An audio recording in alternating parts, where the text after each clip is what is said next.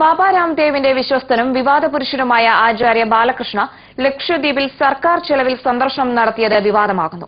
സ്കൂളുകളിൽ വിതരണം ചെയ്യുന്നതിനായി ഇവർ പ്രസിദ്ധീകരിച്ച വിവിധ തരത്തിലുള്ള പുസ്തകങ്ങൾ ലക്ഷദ്വീപ് ഭരണകൂടത്തെ കൊണ്ട് വാങ്ങിപ്പിച്ച് ലക്ഷങ്ങൾ ഈടാക്കുകയും ചെയ്തു. മതേതരത്വത്തെ എതിർക്കുന്ന പരാമർശങ്ങളുള്ള പുസ്തകങ്ങൾ ലക്ഷദ്വീപ് ജനതയുടെ എതിർപ്പിനെ തുടർന്ന് വിതരണം ചെയ്യുന്നത് നിർത്തിവെക്കുകയായിരുന്നു.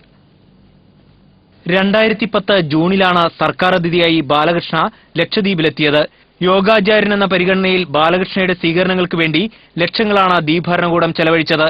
ഹെലികോപ്റ്ററിലായിരുന്നു ദ്വീപുകളിൽ നിന്ന് ദ്വീപുകളിലേക്കുള്ള ആചാര്യയുടെ യാത്ര. ഏതാണ്ട് എല്ലാ ദ്വീപുകളിലും തന്നെ ഇയാളെത്തി. അന്ന് ലക്ഷദ്വീപ് അഡ്മിനിസ്ട്രേറ്ററായിരുന്ന JK ദാദുവിനെ സ്വാധീനിച്ചായിരുന്നു ബാലകൃഷ്ണയുടെ സർക്കാർ വക കറക്കം. വിവിധ തരത്തിലുള്ള പുസ്തകങ്ങൾ വിദ്യാഭ്യാസ വകുപ്പിനെ കൊണ്ട് വാങ്ങിപ്പിച്ച് 10 ലക്ഷത്തോളം രൂപയും ബാലകൃഷ്ണ തട്ടിയെടുത്തു. മതേതരത്വത്തെ എതിർക്കുന്ന പരാമർശങ്ങളുള്ള പുസ്തകങ്ങൾ ദ്വീപ് നിവാസികളുടെ ശക്തമായ എതിർപ്പിനെ തുടർന്ന് വിതരണം ചെയ്യുന്നത് നിർത്തിവെക്കുകയായിരുന്നുവെന്ന് അഡ്മിനിസ്ട്രേഷന്റെ മുൻ ലീഗൽ അഡ്വൈസറായിരുന്ന അഡ്വക്കേറ്റ് തങ്ങൾ കോയ പറഞ്ഞു. ഇങ്ങനെ കൊണ്ടുവന്നത് യഥാർത്ഥത്തിൽ യോഗ പഠിപ്പിക്കാൻ അതിനുവേണ്ടിയുള്ള ഇൻസ്ട്രക്ഷൻ ഈ വൺ ഓഫ് ദ ടോപ്പ് യോഗാമാൻ എന്ന് പറഞ്ഞിട്ടാണ്